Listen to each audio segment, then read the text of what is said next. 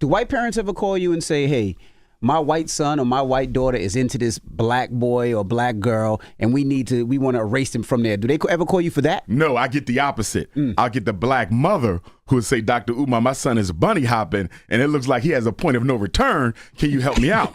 That's what I get. Do you have a camp? Because that'd be cool. I need a camp. I need a camp. That's a good idea, though. So what they do call a bunny hopping recovery camp. Bunny Hoppers Anonymous camp. I need a camp. That's not a bad idea. That is a very good idea. You just gave me an idea. Man. So when they do call you, how do you break it down? Oh, my God. They be upset like Dr. Umar, he's taking a white girl to the prom, and I thought that was it. No. She's living with him in his dorm. No. They're about to move in together. No. She's pregnant now. What can I do? Dang. And the first thing I say to the black mother is, are you sure you did not model love or addiction to whiteness before your son? Because many of these mothers who have an issue with their son with the white girl got blonde hair, blonde weave. You see what I'm saying? The green contacts. Like, I'm looking at how you present yourself. You look like you're trying to be a white girl. So if the mother is imitating whiteness, why wouldn't the son be attracted to it? Because your first love affair is with your mother, not sexually, psychosocially. So therefore, if I see my mother imitating white women, are you not indirectly through your behavior suggesting that I date white females? All right, guys. So we got to talk about a fascinating clip on The Breakfast Club featuring Dr. Umar Johnson, who is a Pan-African black nationalist. I would probably say black supremacist, because if this guy was white, everybody would be saying that he's a white supremacist. And then also, by the way, if he was white, he wouldn't have a platform. Okay, let's actually be clear here. Okay, for all these people that want to talk about white privilege, well, to me, Umar Johnson is a prime example of black privilege, because if Umar Johnson was white, again, this guy would never be on any major platform. But because he's black, he's openly allowed to say things that are considered racist if a white person says them. And that's not to say that he should be censored or canceled.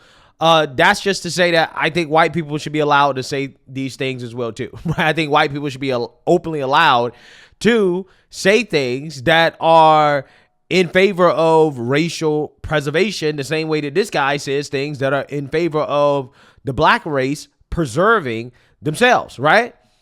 Again, that's my whole point, right? But Umar Johnson, because he is pro-black, okay, he is actually going to address some of the black liberals who were upset about Trump telling the truth about illegal immigration and so-called black jobs, because the liberals got upset and wanted to accuse Trump of racism for suggesting that illegal immigrants are taking black jobs. And Umar Johnson here is going to argue that these black liberals need to get out of their feelings and understand what is going on in these Democrat-run cities and what appears to be the black version of replacement theory, right? This is what it sounds like. Again, if a white person were saying the things that Umar Johnson is saying on The Breakfast Club right now, again, there would be outrage, okay? People will be losing their minds. It wouldn't be allowed, but because he's black, he can say it. And I find it to be fascinating, because ultimately he is questioning the loyalty of black people to the Democrat Party, despite the fact that Democrats seem to want to promote policies that are detrimental to the black community, specifically these mayors of these liberal cities who are black. So without further ado, let's get into it. Bottom line is, when Joe Biden got elected, he said he wanted to fast track 4 million undocumented residents to full citizenship. Black people completely ignored it. I spoke on it. I said, do you know why he want to fast track 4 million? Because he know he's not going to do nothing for us. We ain't going to be motivated to vote for him November. So what he's going to do is have these migrants already set up with citizenship so they can replace the black vote that he loses.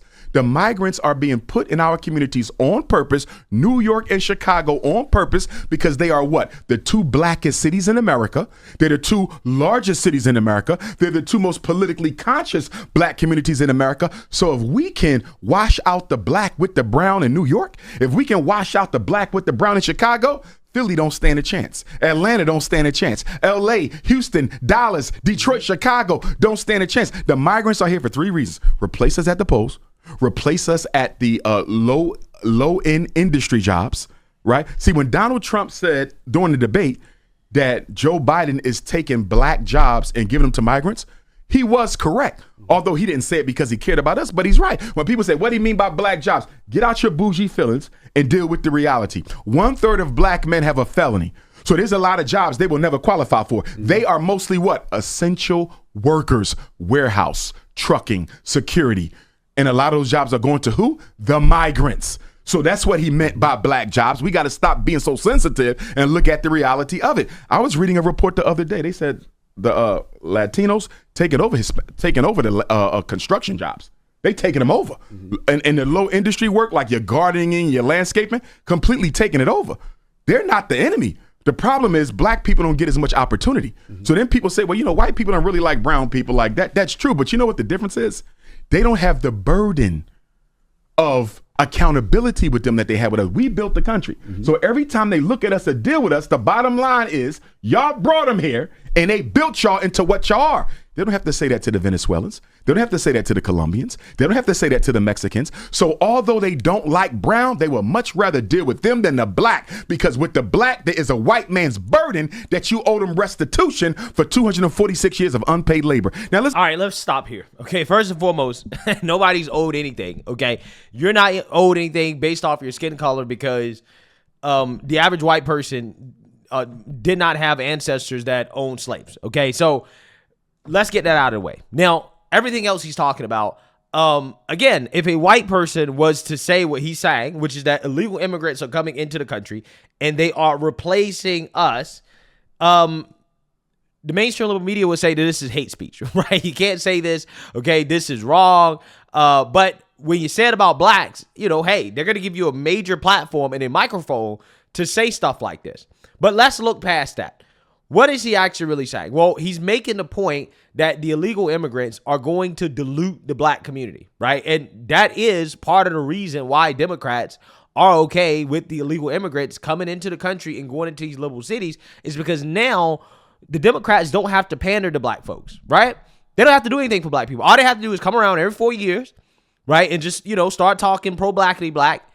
But for the most part, what they're going to do is that they're going to be lumping black people in with so-called people of color. Well, why do they lump black people in with people of color? Well, the reason why they do so is the same reason why they lump all of the victimhood coalition in together, because it's better to promise a large group of minorities the same thing and to not have to specifically appeal to one group than to have to appeal to every group, because every group is not aligned politically, right?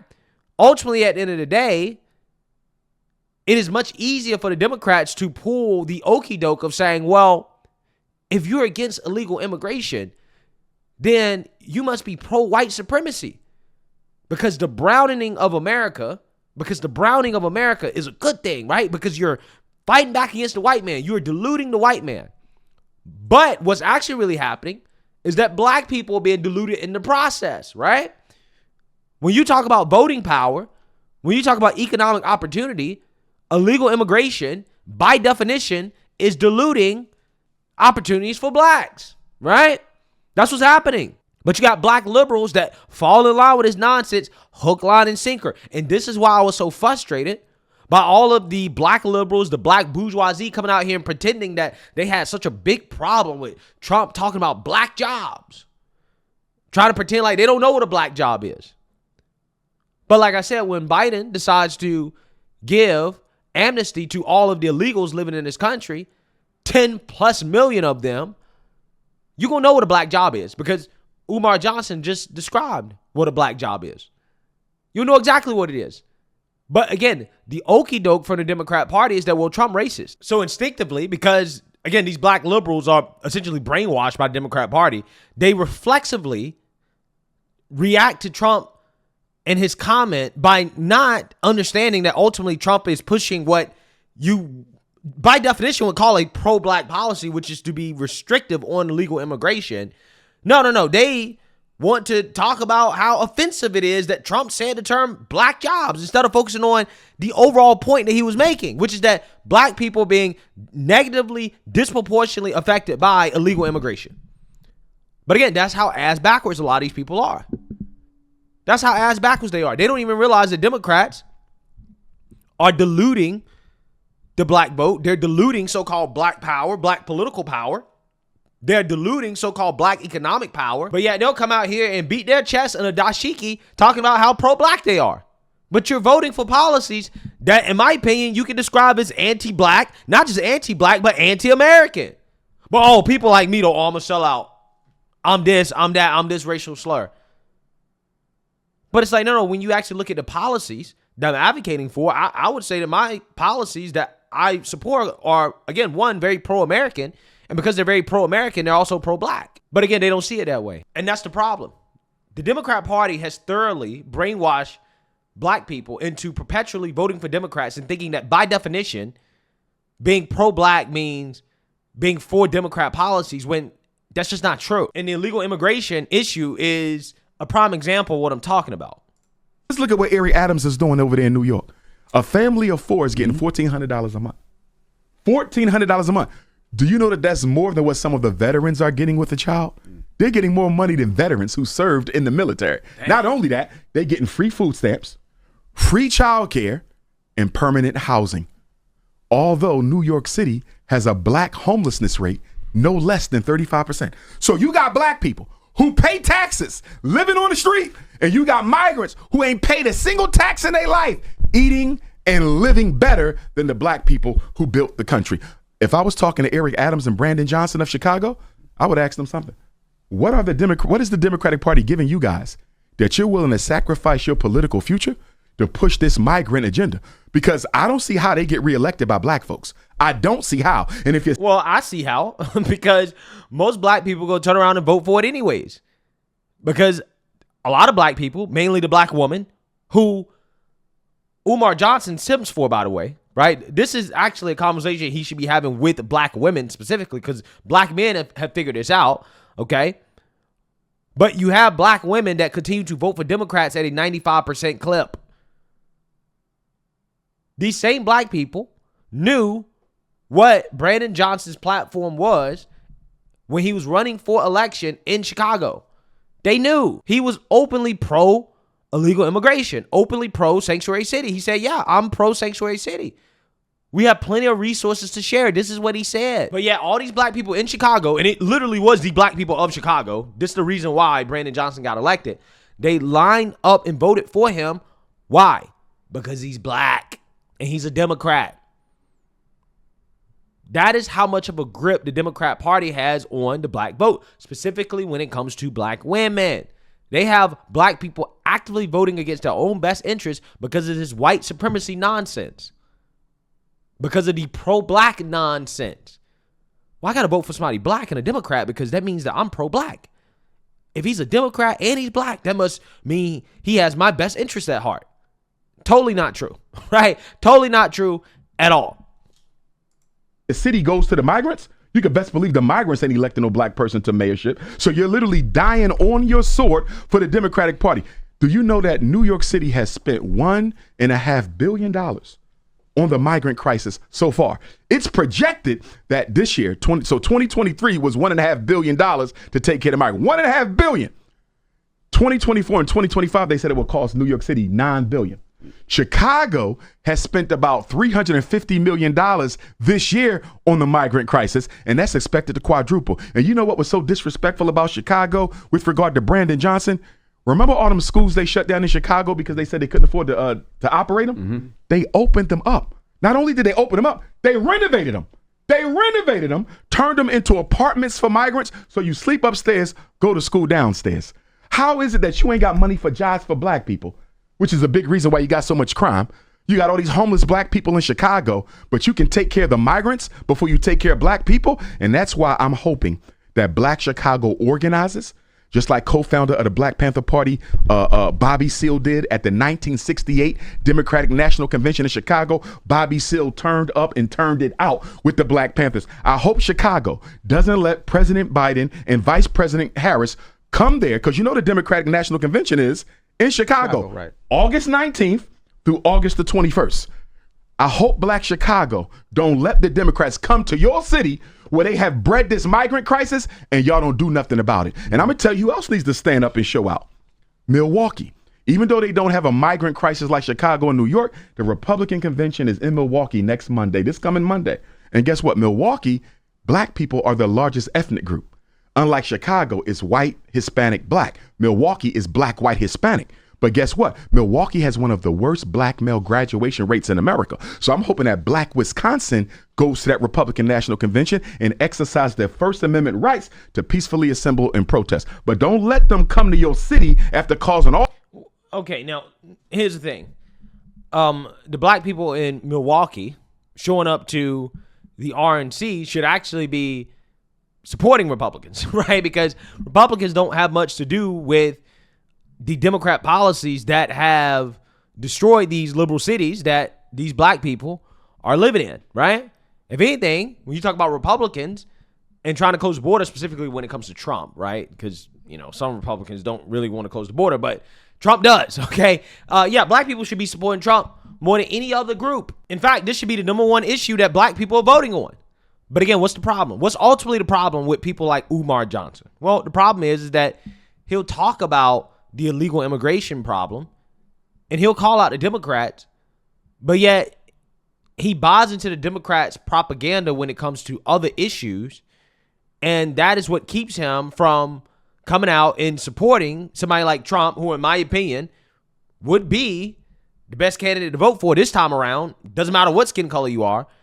But again, because Umar Johnson is on that white supremacy nonsense, this is what he says when it comes to who he is supporting personally. So what do you think about, blacks loving Donald Trump so much, shaking his hand, kissing his hand, rubbing his back, saying we support him? What do you think about that? Slave master syndrome, white Jesus syndrome. We don't care if the white Jesus wears red or blue. We don't care what side of the aisle that they're on. Black America suffers from battered spouse syndrome envy. And what battered spouse syndrome speaks to is the fact that no matter how bad you beat me up, if I believe I need you in order to survive, I'm never going anywhere. And part of our problem, part of the equation to our problem as American Africans, why we don't do anything on our own, is we are often waiting for the great white savior to come. This is a message that has been rehearsed for us in church. We get it in the media. We get it in the black community. So black people will never, ever abandon their hope of a white savior coming to save them. Donald Trump has no record whatsoever of saving black folks. When people ask me, who you going to vote for? At this point, neither one of them are going to get my vote. I considered Cornel West because I love Dr. West. Intelligent, strong, good-natured, but he's a bunny hopper, so he can't get my vote. Now, when I come back to Donald Trump and Joe Biden, I look at the fact that Donald Trump signed 13 federal death executions while he was president. More than half of them was signed after Joe Biden won the election. Think about that now. Biden gets elected in November, sworn in January. Between that time, Donald Trump executes half of those 13 people. Yeah, so I want you guys to understand how ass backwards this guy is. And I can't give him too much of a hard time because I don't think he's going to vote for anybody, which is fine, because I think otherwise, had he voted, he would definitely vote for a Democrat or an independent. I don't think he would ever vote for somebody like Trump because ultimately this guy's an idiot. And I'm going to prove to you that he is an idiot because he says that, well, I don't want to vote for Trump because Trump executed criminals, which again is such a small thing, right? Also, what he went on to talk about is that, well, Trump doesn't want to get rid of qualified immunity, right? So basically what he's saying is that, well, I don't think that Trump is pro-black because Trump wants to be tough on criminals. That's the mindset of these types of individuals, okay? Again, very ass backwards. And then he says, well, I wanted to vote for brother Cornel West because he's black, and I just can't vote for him because he's a bunny hopper, which I think means that he married a white woman. But I think in Cornel West's case, he actually married an Arab woman. Okay. So I guess that's off limits for Cornel West. Like, you must marry a black woman, I guess, to be eligible, right, for getting his vote. Okay. If you're black, I'm not entirely sure what's up with that. But anyways, when you look at Cornel West's policies, Cornel West is pro-abolishing ICE and demilitarizing the border. So he's pro-open borders, guys. He's pro-illegal immigration, but yet Umar Johnson says the only thing that's stopping him from voting for somebody like Cornel West, who is a radical progressive, is, well, he didn't marry a black woman. He didn't say policy. While at the same time ranting about how illegal immigrants are replacing black people in liberal cities and how there's no way as a black person you can vote for these black mayors that support this, but yet he said that the only thing stopping him from supporting a pro-illegal immigration presidential candidate is that he's dating a non-black woman. So therefore, he can't vote for somebody like Cornel West. So if Cornel West was dating a black woman, this guy would turn around and vote for Cornel West simply because he's black. But if you look at his policies, by Umar Johnson's own admission, his policies are anti-black. And again, this is how you end up with Brandon Johnson's. This is exactly how you end up with what Umar Johnson was just complaining about. It's this stupid mindset of I must vote for somebody because they're black. Even though you know the policies aren't good for black people, but Mr. Pro-Black here, oh, well, he's black, so therefore I must vote for him. When you literally are describing policies that this guy supports that you're saying are detrimental towards black people. But you said you vote for him just because he's black. If he had a black wife. This is the type of silly nonsense that I'm talking about. This is what I'm talking about when I tell you guys black leadership is piss poor. This is part of the reason why the black community is so lost, because the leadership is piss poor. Just the fact that Umar Johnson is taken seriously as a black intellectual, a thought leader, again, tells you the terrible state of so-called black leadership. These guys are clueless. You know what somebody like Umar Johnson would say to black folks if he was actually consistent, if he knew what the hell he was talking about, if he wasn't so deluded by this idea of the white man, right? He'd say, well, listen, at the end of the day, illegal immigration is the number one issue affecting black people. And ultimately, we can't allow our black power, our black resources, our black economic opportunities to be diluted.